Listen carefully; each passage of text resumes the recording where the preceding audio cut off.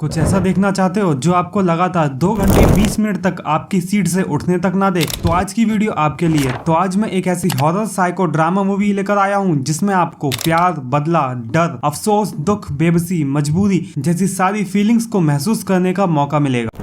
तो मूवी शुरू होती है और हमें एक मरा हुआ चूहा दिखाया जाता है जिसे एक आदमी लेकर जाने लगता है और ये सीन यहीं पर कट कर दिया जाता है। देन सीन शिफ्ट होता है हमारी मूवी के लीडिंग कैरेक्टर अजय देवगन की तरफ, जो अपनी फैमिली के साथ वेकेशंस मनाने जा रहा होता है। और जब वो एक रेस्टोरेंट में रुकते हैं तो उनकी मुलाकात मूवी के दूसरे मेन कैरेक्टर आर माधवन यानी कि वनराज कश्यप से होती है और वो उनसे अच्छी खासी दोस्ती बना लेता है। और जब वह सभी लोग वहाँ से जाने लगते हैं तो वनराज जानवी को, जो कि अजय देवगन की बेटी होती है, उसको एक बिस्किट देता है और कहता है कि इसे रिजॉर्ट के अंदर जाने से पहले खा लेना। देन नेक्स्ट सीन में अजय देवगन की पूरी फैमिली एक रिजॉर्ट में पहुंच चुकी होती है और जानवी भी वनराज का दिया हुआ बिस्किट खा लेती है। और थोड़ी देर बाद वहां पर अचानक से वनराज भी पहुंच जाता है और वो अजय देवगन से कहता है कि प्लीज मेरा मोबाइल चार्ज पर लगा दीजिए, मेरे मोबाइल की बैटरी बिल्कुल डेड हो चुकी है। अब यहाँ पर उनकी पूरी फैमिली को थोड़ा अजीब तो लगता है, लेकिन वो इस बात पर इतना ध्यान नहीं देते और अजय देवगन वनराज का मोबाइल फोन लेकर चार्ज में लगाने के लिए अपने रूम में चले जाता है। और जैसे ही अजय देवगन और उसकी पूरी फैमिली वहां से जाती है तो वनराज जानवी से कुछ बातें करने लगता है और थोड़ी देर बाद जानवी भी वहां से चली जाती है। और जैसे ही जानवी वहां से जाती है तो वनराज के हाव भाव पूरी तरह से बदल जाते हैं और यहाँ पर हम समझ जाते हैं कि यहाँ पे कुछ तो ऐसी गड़बड़ है जिसे अजय देवगन का पूरा परिवार महसूस नहीं कर पा रहा है। और जब रात के वक्त अजय देवगन अपनी बेटी और पत्नी ज्योति के साथ बैठकर डिनर करते वक्त बातें कर रहा होता है तो वनराज वहां पर बार बार उनकी बातों के बीच में बोल बोल कर डिस्टरबेंस क्रिएट करने लगता है। इनिशियली तो अजय देवगन वनराज को टॉलरेट कर लेता है, लेकिन थोड़ी देर बाद अजय देवगन को गुस्सा आ जाता है और वह वनराज को धक्के मार कर घर से बाहर निकालने लगता है। लेकिन तभी अचानक से जानवी अपने पापा और वनराज के बीच में आ जाती है और वो अजय देवगन को वनराज को घर से निकालने से रोकने लगती है। और वो ऐसा इसलिए कर रही होती है क्योंकि वनराज उसे ऐसा करने को कह रहा होता है, लेकिन जानवी ऐसा किस मजबूरी के चलते कर रही है ये बात ना तो हम समझ पाते हैं और ना ही उसका परिवार। और इन्हीं सब के बीच अजय देवगन का बेटा बहुत ज्यादा जख्मी हो जाता है और जब अजय देवगन और ज्योति पुलिस को कॉल लगाते हैं तो वनराज जानवी को ऑर्डर देता है कि जाओ सिलेंडर के ऊपर बैठ जाओ और अगर तुम्हारे मम्मी पापा पुलिस वालों को कुछ भी बताएं तो सिलेंडर को माचिस की मदद से उड़ा देना। यह देखते हुए अजय देवगन और ज्योति बहुत ज्यादा डर जाते हैं और चुपचाप वनराज की सारी बातें मानने लगते हैं। और इसके आगे क्या होता है यह तो हमें मूवी देखकर ही पता पड़ेगा। और अब यह सवाल पैदा होता है कि आखिर ज्योति वनराज की सारी बातें क्यों मान रही है, वह क्यों अपने ही पेरेंट्स के खिलाफ जाकर वह सब कुछ कर रही है जो वह नहीं चाहते। और आखिर यह वनराज है कौन, इसका जानवी से क्या रिश्ता है जो जानवी इसकी हर एक बात मान रही है। इन सभी सवालों का जवाब जानने के लिए हमें देखनी होगी शैतान, जो रिलीज हुई थी 8 मार्च 2024 के दिन और जिसकी IMDb रेटिंग है 6.6 आउट ऑफ 10।